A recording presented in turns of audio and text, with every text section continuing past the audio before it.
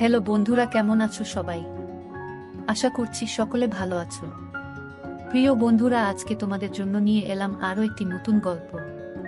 আশা করছি তোমাদের দাঁড়িয়ে যাবে, তাই ভিডিওটা শুরু থেকে শেষ পর্যন্ত দেখো। পরিমল সাহেবের ছোট সংসার। স্ত্রী ঝর্ণা এবং ছেলে জয়কে নিয়ে তিনি বেশ সুখে দিন কাটাচ্ছেন। পরিমল সাহেব উচ্চপদস্থ পদে চাকরি করেন। তার বয়স 56 বছর, স্ত্রী ঝর্ণার বয়স 48 বছর, গৃহবধূ এবং ছেলে জয় 18 বছরের এক টবকে তরুণ। জয়কে নিয়ে আজকাল পরিমল সাহেবের ভীষণ চিন্তা হয়। যা দিনকাল পড়েছে, ছেলেমেয়েরা তাড়াতাড়ি নষ্ট হয়ে যাচ্ছে। তিনি সারাদিন অফিস নিয়ে ব্যস্ত থাকেন, ছেলের দিকে নজর দেওয়ার সময় পান না। তবে ঝর্ণার উপরে তার আস্থা আছে। সে ছেলের সব খোঁজ খবর রাখে। মিসেস ঝর্ণা সারাদিন সংসারের কাজ নিয়ে ব্যস্ত থাকলেও ঠিকভাবে ছেলের দেখভাল করে। জয় নতুন কলেজে ভর্তি হয়েছে। ওর যেন নতুন জন্ম হয়েছে। নিজেকে অনেক বড় মনে হয়। তুষার জয়ের খুব ঘনিষ্ঠ বন্ধু।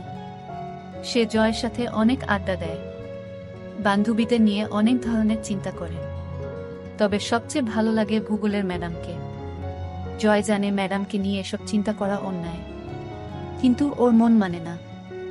ম্যাডামের বয়স আনুমানিক 45 বছর হবে।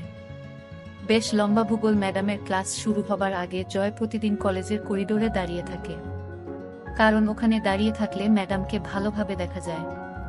ম্যাডাম যখন হাঁটেন তখন তাকে দেখতে অনেক সুন্দর লাগে। আজকে জয়ের মন ভালো নেই। রাতে ওর স্বপ্ন হয়েছে। এটা জয়ের কাছে নতুন নয়, এর আগেও হয়েছে, কিন্তু আজ স্বপ্ন ভূগোলের ম্যাডামকে নিয়ে হয়েছে। স্বপ্নটা দেখার পর থেকে জয় কেমন যেন একটা অপরাধ বোধে ভুগছে। সকালে ঘুম থেকে উঠে জয় বাথরুমে ঢুকল। পরনের লুঙ্গিটা বালতিতে ভিজিয়ে রাখল, একটু পর কাজের মাসি ধুয়ে দিবে। জয় ঠিক করল আজ আর কলেজ যাবে না। এমন সময় জয়ের মা ঝর্ণা জয়ের রুমে ঢুকল। জয়কে বলল, আজকে কলেজ যাবি না? জয় উত্তর দিল, না মা, শরীরটা ভালো লাগছে না। জয়ের মা বলল, কেন বাবা, কি হয়েছে? জয় বলল, না মা, তেমন কিছু নয়। জয়ের মা আর কথা বাড়ালো না। সে বলল, ঠিক আছে, আজ আর কোথাও যেতে হবে না। টেবিলে খাবার দিচ্ছি, তুই খেতে আয়। ঝর্ণা ডাইনিং রুমের দিকে রওনা হলো। জয় পিছন থেকে তার মায়ের হেঁটে যাওয়া দেখছে। হঠাৎ ওর মাথা ঘুরে উঠল, শরীরটা ঝিমঝিম করতে লাগলো। অবাক চোখে জয় দেখল ওর মাকে। মাথার মধ্যে আবোলতাবোল চিন্তা জেঁকে বসল জয়ের। পরক্ষণেই মনে হলো, ও এসব কি ভাবছে? ছিছি, নিজের মাকে নিয়ে কেউ কখনো এ ধরনের চিন্তা করে? জয় মুখ ধুয়ে রুম থেকে বের হলো। তুষারকে ফোন করল। হ্যালো আন্টি, তুষার আছে? ওপাশ থেকে বলল, কে? জয় নাকি? জয় বলল, হ্যাঁ আন্টি, আমি জয়। একটু ধরো বাবা, ডেকে দিচ্ছি। একটু পর তুষার ফোন ধরল। কি রে জয়, কি খবর? তুষার, আজকে কলেজ যাব না, শরীর ভালো নেই। কলেজ ফাঁকি দিচ্ছিস কেন? চলো না। জয় একবার ঠিক করলো কলেজ যাবে। পর মুহূর্তেই ঝর্ণা তার চোখের সামনে ভেসে উঠল। না রে, তুই যা, আমি আজকে আর যাব না। ফোন রেখে জয় খাবার খেতে বসল। যতই চেষ্টা করছে মার ব্যাপারটা মন থেকে মুছে ফেলতে, ততই যেন আরো বেশি করে চোখের সামনে ভেসে উঠছে। জয় ঝর্ণাকে কিছু বুঝতে দিল না। ঝর্ণাও টের পেল না যে সকাল থেকে তার ছেলে ড্যাব ড্যাব করে তাকে দেখছে। ধীরে ধীরে ঝর্ণার চিন্তা জয়কে গ্রাস করল। দুপুরের দিকে জয় টের পেল আজ সারাদিন শুধু মাকে নিয়েই চিন্তা করেছে। এর মধ্যে মায়ের সাথে 1 ঘন্টার মতো গল্প করেছে। কথা বলতে বলতে সে চোরা চোখে মার উপর নিচ ভালো করে দেখে নিয়েছে। জয় ভাবছে, 48 বছর বয়সেও মা কত সুন্দর। মা বেশ লম্বা চওড়া মহিলা, 5 ফুট 4 ইঞ্চি লম্বা। একটা ব্যাপার জয়কে পাগল করে তুলেছিল। জয় নিজের রুমে শুয়ে মার কথা ভাবছে। যতই ভাবছে তত মার প্রতি এক তীব্র আকর্ষণে পাগল হয়ে উঠছে। মার গলা শুনে জয়ের চিন্তার জাল ছিন্ন হল। জয়, এই জয়। হ্যাঁ মা, বলো। আমি স্নান করতে গেলাম, কেউ এলে দরজা খুলে দিস। ঠিক আছে। হঠাৎ জয়ের মাথায় একটা দুষ্ট বুদ্ধি চাপল। স্নান করা অবস্থায় দেখলে কেমন হয়, কিভাবে দেখবে ভেবে পাচ্ছে না। হঠাৎ ওর মনে পড়ল, ওরা যখন এই বাসায় প্রথম আসে তখন মার রুমের বাথরুমে ফলস ছাদে পুরানো মালপত্র রেখেছিল। তখনই খেয়াল করেছিল ছাদে 2 ইঞ্চি একটা ছিদ্র আছে। শুধু তাই নয়, ওই বাথরুমের ছাদে তার রুমের বাথরুমের ছাদ থেকেও যাওয়া যায়। জয় এক লাফে ওর বাথরুমের ছাদে উঠে মার বাথরুমের ছাদে গেল। ছাদে একটা কাগজের কার্টুন বিছানো রয়েছে। জয়ের বুক টিপটিপ করছে, হাত কাঁপছে। কার্টুনটা সরালেই মাকে দেখতে পাবে। আস্তে আস্তে কার্টুন সরিয়ে ছিদ্র দিয়ে ভিতরে চোখ রাখল। মা এখনো বাথরুমে ঢুকেনি। জয় আর উত্তেজনা ধরে রাখতে পারছে না। ছাদে বসে মার অপেক্ষা করতে লাগলো। কয়েক মিনিট পর মিসেস ঝর্ণা বাথরুমে ঢুকল। জয় নিঃশ্বাস বন্ধ করে দেখতে লাগলো। ঝর্ণা টুথব্রাশে পেস্ট লাগিয়ে আয়নার সামনে দাঁড়িয়ে দাঁত ব্রাশ করতে লাগলো। ঝর্ণা এবার শাওয়ারের নিচে দাঁড়িয়ে স্নান করতে লাগলো। জয় বুঝতে পারল মা আর বেশিক্ষণ বাথরুমে থাকবে না। জয় হাতের কাজ শুরু করে দিল। 2 মিনিটের মাথায় জয়ের কাজ শেষ হয়ে গেল। ঝর্ণা বাথরুম থেকে বের হলো, জয়ও নিচে নামল। দুপুরে মা ছেলে একসাথে খেতে বসল।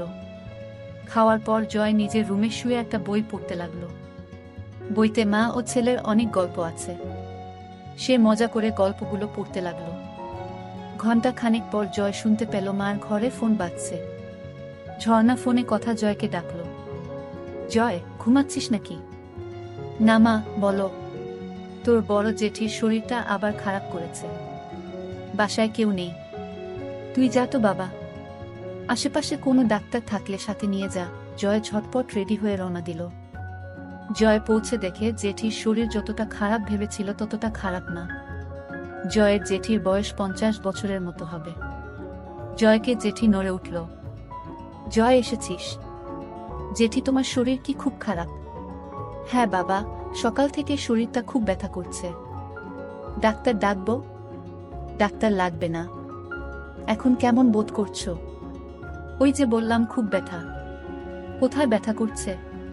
পিঠে আর কোমরে। ম্যাসাজ দিলে ভালো লাগবে?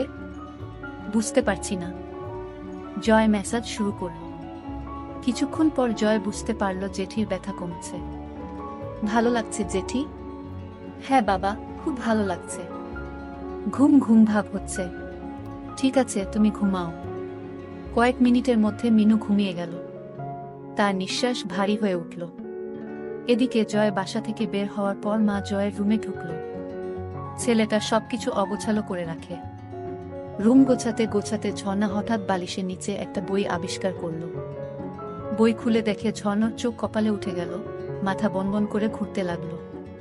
ছিছি জয়, এসব কি পড়ে? হারামজাদা, আজকে বাসায় আস। পিঠের চামড়া তুলে ফেলব। ছিছি জয় এত নিচে নেমে গেছে। এই বয়সেই এসব গল্পের বই পড়ে? কি মনে? হাতেই ঝর্ণা পড়ার জন্য বই খুলল। পড়তে পড়তে তার 2 চোখ আবার কপালে উঠে গেল। ছিছি, এমন গল্প কেউ কিভাবে লিখতে পারে? পড়ব না করেও ঝর্ণা গল্পটা পুরো শেষ করল। গল্প পড়ে ঝর্ণা আর থাকতে পারল না। এক দৌড়ে বাথরুমে ঢুকে হড়হড় করে বমি করে দিল। মুখ ধুয়ে কিছুটা সুস্থ হয়ে বাথরুম থেকে বের হলো। কথায় আছে, নিষিদ্ধ জিনিসের প্রতি মানুষের সবসময় আকর্ষণ থাকে। ঝর্ণার ক্ষেত্রেও এর ব্যতিক্রম হলো না। সে ঠিক করল বইটা তার কাছে রাখবে। সব গল্প পড়বে। ঝর্ণা নিজের ঘরে ঢুকে বিছানায় আয়েশি ঘুমিতে বসে বইটা খুলল। বই পড়তে পড়তে ঝর্ণা টের পেল তার উরু বেয়ে একটা পানির ধারা পেয়ের দিকে নেমে যাচ্ছে। ঝর্ণা বুঝতে পারল ব্যাপারটা কি হচ্ছে। ঝর্ণা বুঝতে পারছে না জয়কে এই ব্যাপারে কোনো শাস্তি দিবে কিনা। বিকালে জয় বাসায় ফিরল। রুমে ঢুকে দেখে বইটা নেই। বাসায় মা ছাড়া আর কেউ নেই। তাহলে মা কি বইটা নিয়েছে? জয় প্রচণ্ড ভয় পেল। মা যদি বইটা নিয়ে থাকে তাহলে কি হবে? মা যদি গল্পগুলো পড়ে তাহলে খুব লজ্জার ব্যাপার হবে। সন্ধ্যার দিকে জয়ের সাথে ঝর্ণার দেখা হলো। কি রে, তোর জেঠির অবস্থা কেমন? এখন অনেকটা ভালো। মা ছেলের মধ্যে আরো কিছুক্ষণ কথাবার্তা হলো। ঝর্ণা রান্নাঘরে গেল। জয় তার রুমে এসে শুয়ে পড়ল। চোখ বন্ধ করতেই ঝর্ণার কথা ভাবতে লাগল।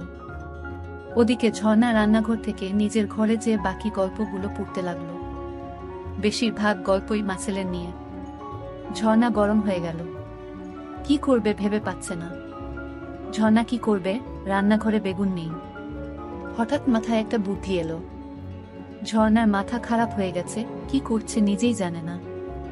হাতের কাছে মোম ছিল, সেটা দিয়ে সেদিনের মতো কাজ সারল।